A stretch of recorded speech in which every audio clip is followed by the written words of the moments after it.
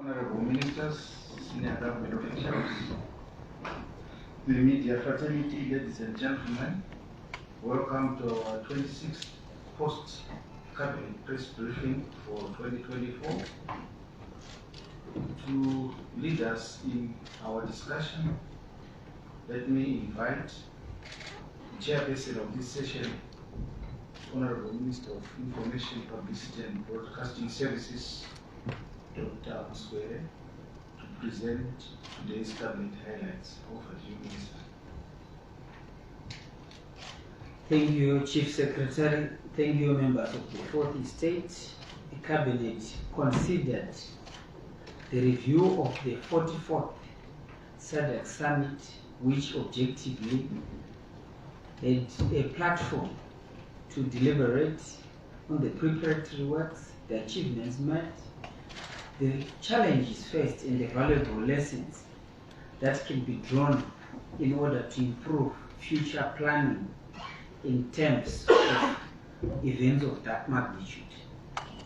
This paper was presented by the acting chairperson of the Interministerial Task Force on the preparations for the hosting of the 44th SADC Summit, the Minister of Public Service, Labour and Social Welfare, Honorable July Moyo.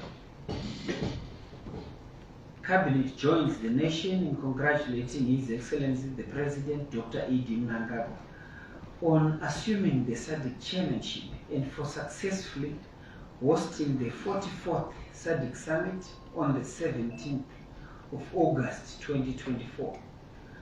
All member states were represented at head of state level or other appropriate high-ranking levels.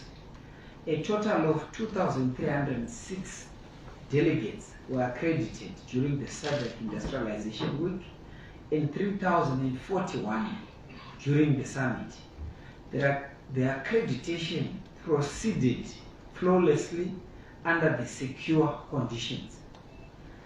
Cabinet is pleased that the scope of works targeted for the Greater Harare area was satisfactory, and this includes the following projects and programs: the rehabilitation of major city roads, the internal and external works on the Robert Gabriel Mugabe International Airport Pavilion, the refurbishment of hotels, the establishment of waterworks to Parliament and to the villas, the installation of many other sustainable power supply solutions, the establishment and expansion of internet connectivity in terms of infrastructure.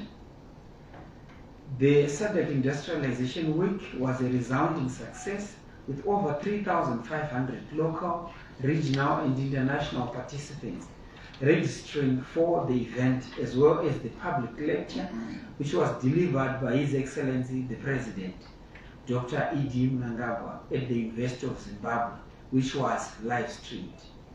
In general, media coverage was well provided and generated the required and expected education and awareness, while other events such as the SADC Tourism Night and the tour of the Geopomona and the Museum of African Liberation were well executed.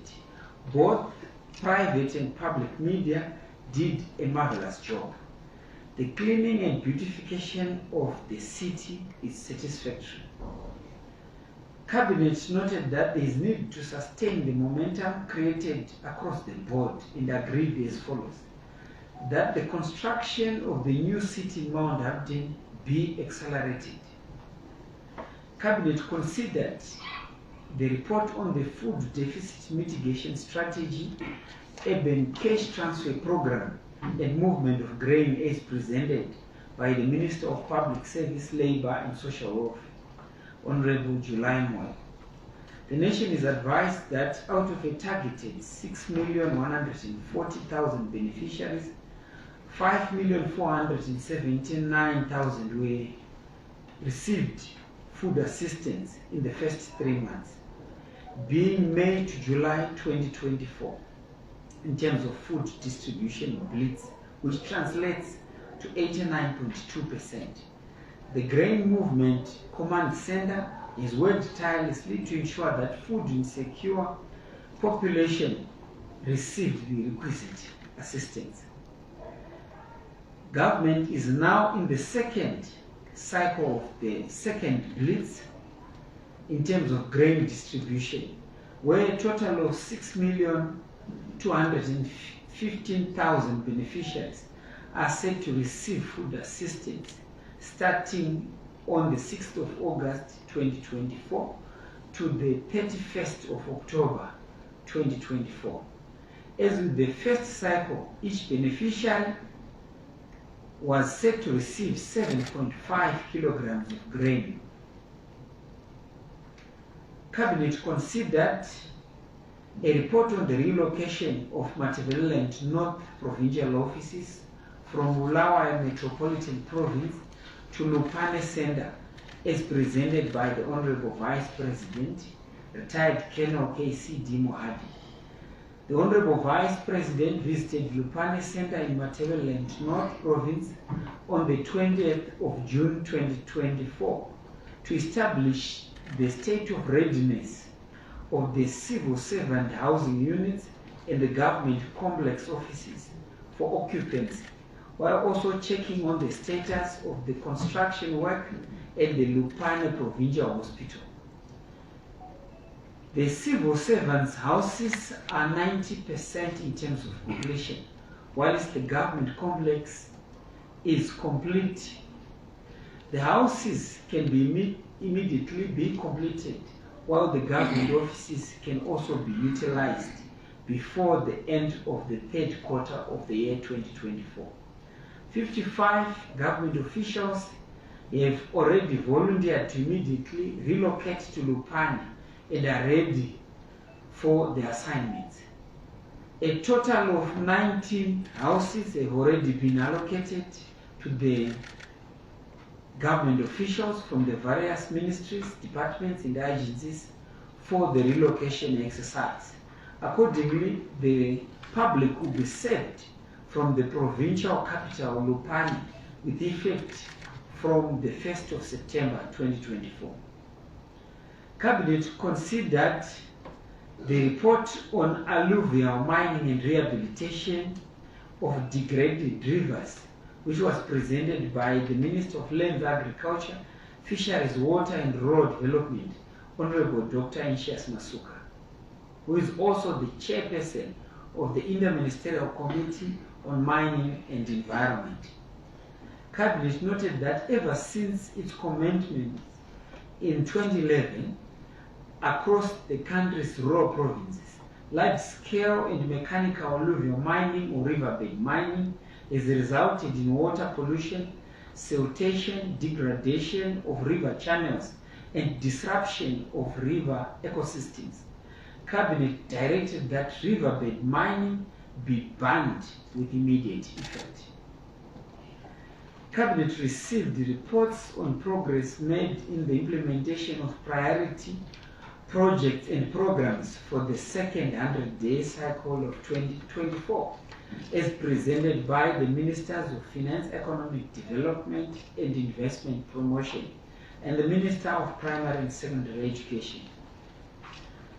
The Minister of Finance, Economic Development and Investment Promotion, Professor Mutuli Nube, highlighted the following programs under his purview: that there's been an achievement in terms of timeless disbursement for employment costs, social protection funds, and for capital expenditure on rehabilitation, irrigation schemes, presidential borehole drilling programs, the strategic grant reserves, and the transfers of provincial and local authorities.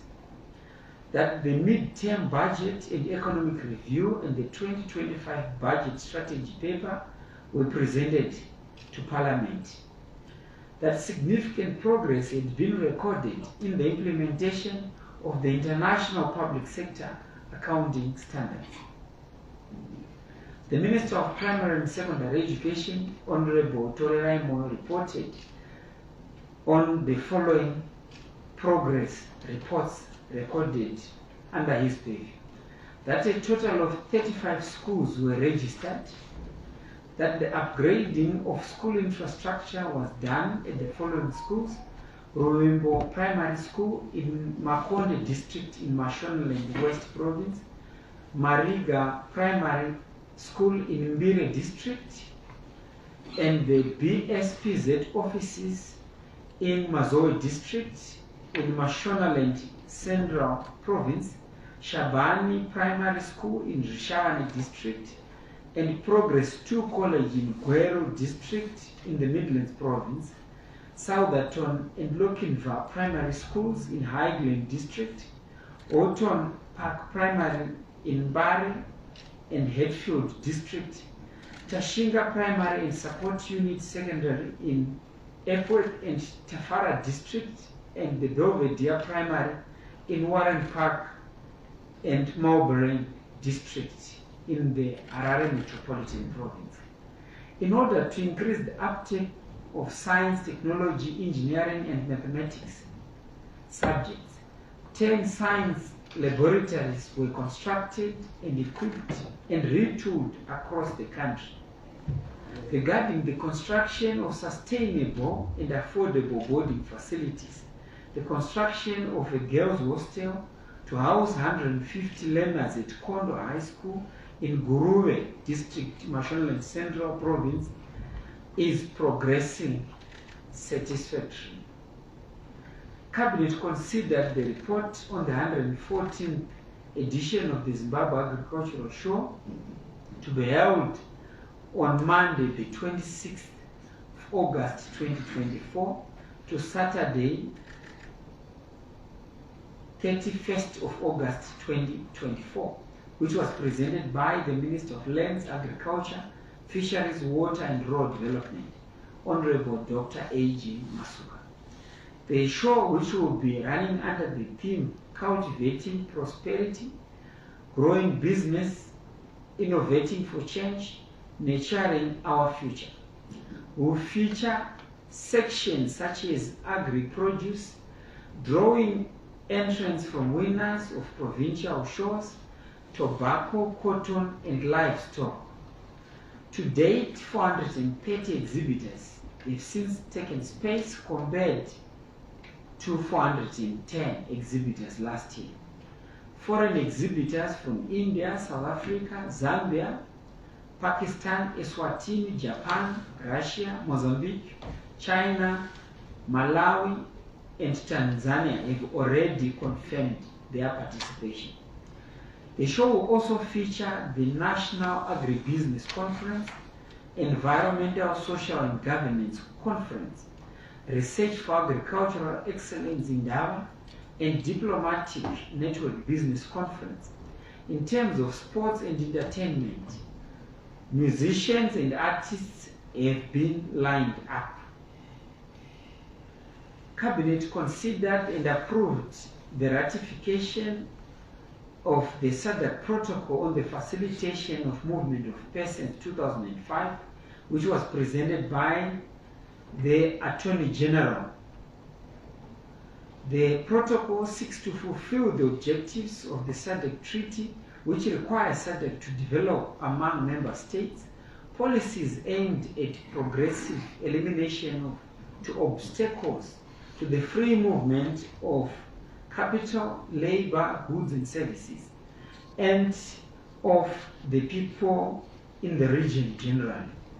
Zimbabwe has already promulgated and implemented laws and policies in line with the purpose of the protocol, such as the National Migration Policy, the SADC Univisa Pilot Group, the MOU between the Department of Immigration and Interpol, and the ongoing deployment and implementation of the online border management system, which among others enables the convenient and secure entry, facilitation and monitoring of migrants. The protocol mandates state parties to ensure that travel is made easy through making passports and travel documents readily available and in acceptable form to the citizenry and to cooperate in order to harmonize travel across state parties. Cabinet received and noted the report on the President's official visit to the Republic of Rwanda for the inauguration of the President of Rwanda on the 11th of August 2024, as presented by the Minister of Foreign Affairs and International Trade, Honorable Dr. Frederick Shaw. His Excellency the President, Comrade Idi Mnangagwa, attended the inauguration ceremony for the President of Rwanda, His Excellency Paul Kagame, at Amahoro Stadium in Kigali. A total of 21 countries were represented at heads of state and government level.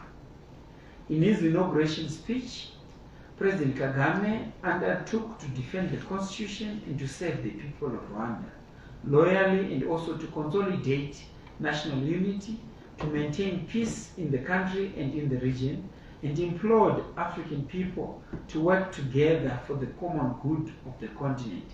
His Excellency the President, Dr. Idi Mnangagwa, held a number of meetings with the President of the Republic of Rwanda, President Kagame. Zimbabwe's attendance at the highest level is significant, as it solidifies the existing excellent bilateral relations between the two countries. Cabinet received the report on the official opening of the consulate building in Johannesburg, South Africa, and the launch of the e-passport biometric enrollment center on the 25th of July 2024, as presented by the Minister of Foreign Affairs and International Trade, Honorable Dr. Frederick Shaw. The consulate building in Johannesburg was officially handed over to the Ministry of Foreign Affairs and International Trade on the 25th of July 2024. The handover marks a significant milestone of the Second Republic's drive to bring government services close to the people under a decent environment. The handover further demonstrates that government is mindful of the needs of the diaspora community, who equally deserve the convenience that is enjoyed by all Zimbabweans. The e-passport biometric enrollment center was launched on the 25th of July 2024 by the symbolic giving of the Minister of Foreign Affairs and International Trade a replica of the e-passport. I thank you. Thank you very much, Honorable Minister. We now move to the first round of 3 questions emanating from the Minister's Cabinet highlights. First 3 questions.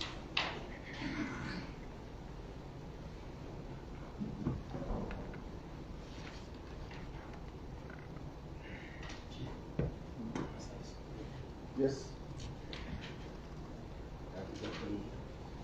Good afternoon, Maxwell Tabataba from Star FM. My question goes to the Minister of Agriculture.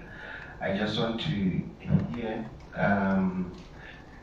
anything that is different from, we understand that every year we almost have these agricultural shows, and they seem to be, they've become sort of traditional, whereby the same thing takes place year in, year out.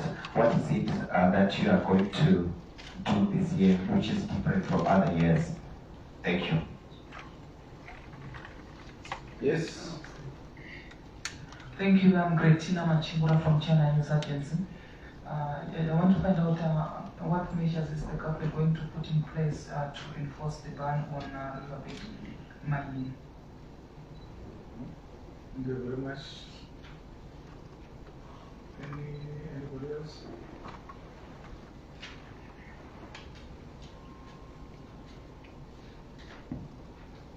Over to you, Minister.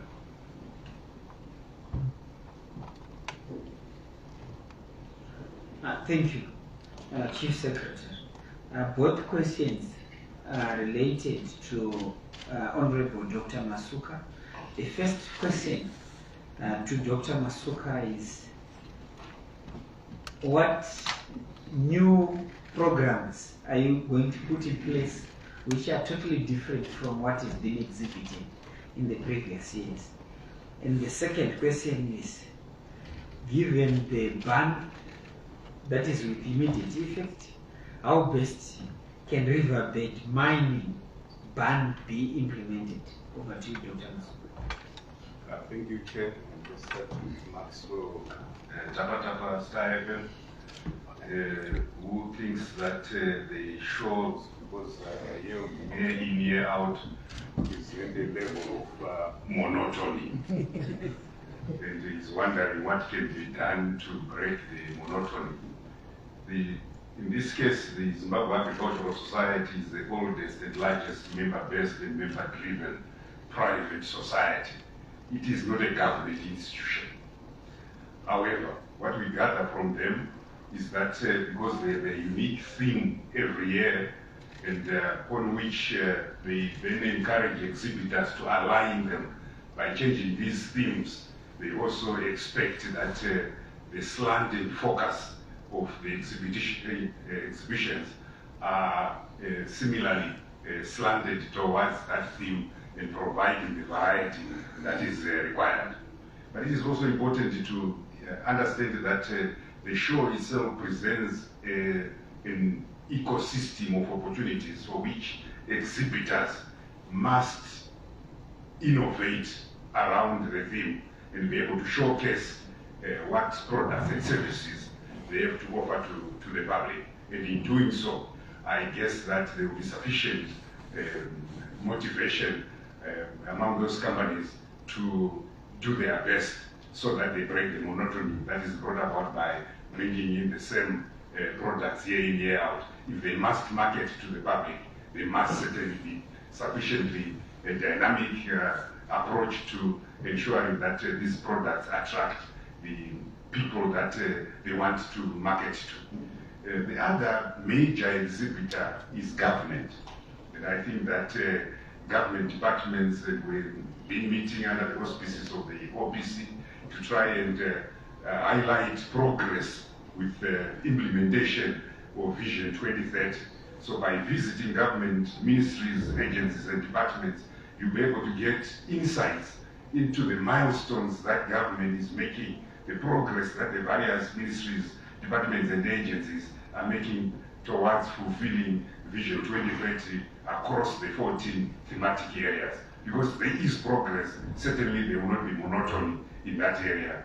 There are obviously the livestock, tobacco, and other sections. The people that win every year are new. These are competitions that are happening. So my expectation is that although the naming remains the monotony, but the displays there will be a wondrous display of artifacts and products and services, so that everyone will be captivated to come there. If there are any additional ideas about how this private, member-based, member-led organization can assist, I'm sure the Zimbabwe Agricultural Society would welcome these views and will be able to transmit these to them. When I visited, I interacted with the Zimbabwe Agricultural Society, and we highlighted, among other issues, how we'll be able to widen not just the business side of things, but also bring entertainment for even the young ones, so that we can begin to induct them into liking agriculture. So I know that there are fireworks, there are artists, and much more that's taking place. So certainly there will be a lot of activities taking place, and I hope that there won't be the monotony. Then the second one relates to Greta Machingura wanting to find out the enforcement. That I think if we stood back and said, when we started in 2018 and 2021, when we said alluvial mining can proceed, but proceed on select rivers so that we can see progress, and that would inform policy on the way forward. That experience, although we have the legal underpinning to ensure that mining can take place in a legalized environment, including alluvial mining, we have noted 3 classes of companies. First, those that apply legally and comply with all the environmental tenets. Then those that apply to the ministry and the Ministry of Environment, but on the ground do something else. Then there is a class of just illegal miners that just go into a river and begin to mine, whether as artisanal or as mechanical miners. So those are the 3 classes. And what we have said is that we want to ban alluvial mining. And in banning, it means that we need to resource the ministries, departments, and agencies that are mandated with ensuring enforcement of laws.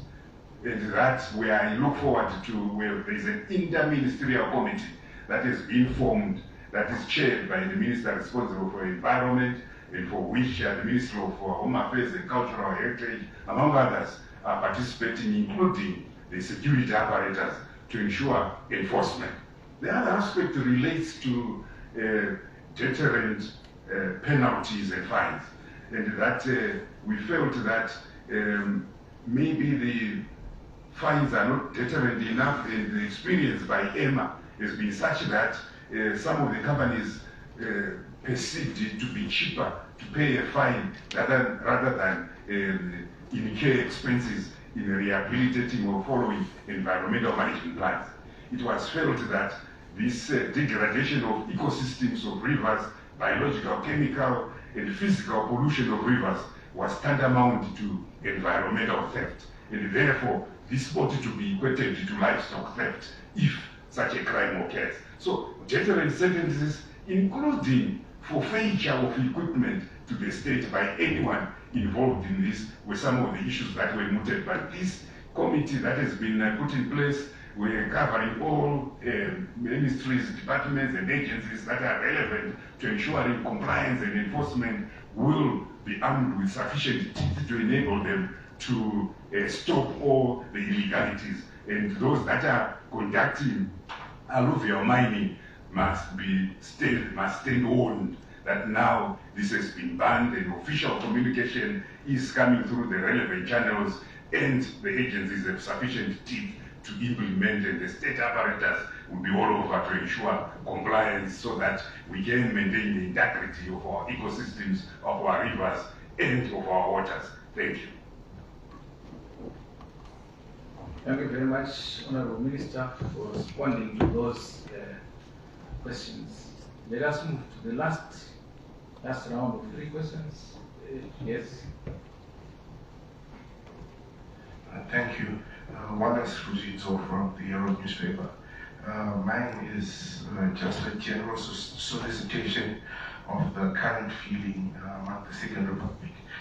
They just ended 44th Summit of Heads of State, was the most attended by heads of state in the last 10 years, with only 3 presidents in absentia. So what's the general feeling among government? I think it's directed to Foreign Affairs Minister Shah. Yes, let us have two more questions, then we'll ask ministers to respond. Anybody else?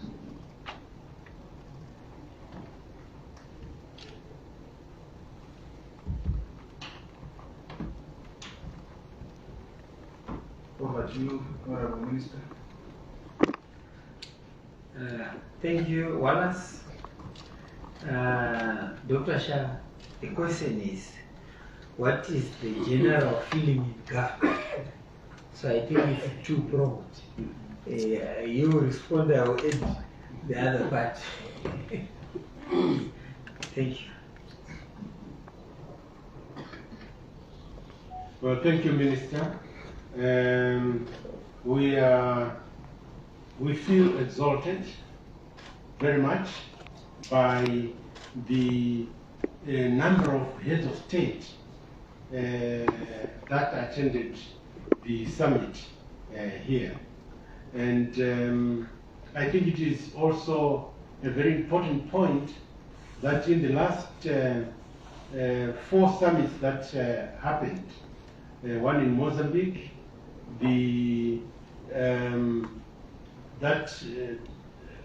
four heads of state did not attend that one, The next one in Malawi, there were again another 5 did not attend, and the last one in DRC, I think 6 did not attend, and so on. And so this exaltation certainly is something that says heads of state and government were keen and confident that they should attend this particular summit. And we feel that I think it was a lot of respect that they were paying to our own head of state and Dr. E.D. Mnangagwa. And some of them actually did say that they came here to participate and also out of respect. And I think that it shows perhaps how popular the leadership of His Excellency Dr. Mnangagwa is in the circles of the sub-region of SADC. It was a very pleasant summit indeed. Thank you. Wallace, I will just summarize the other part and take note that the hosting of the 44th SADC summit surpassed the SADC standards. And the best way to describe the feeling across the country is that this is a perfect example. This is an epitome, it's a citadel, a paragon, and excellence in terms of repositioning Zimbabwe to its correct position in terms of international relations. As media, we are so proud of the coverage that you provided, both from print, electronic, and on all social media platforms, and also the role of Zimbabwe in maintaining peace and tranquility, and the total contribution as we received our guests from across the region. Thank you. Thank you very much. Anyone else with a burning question before we close?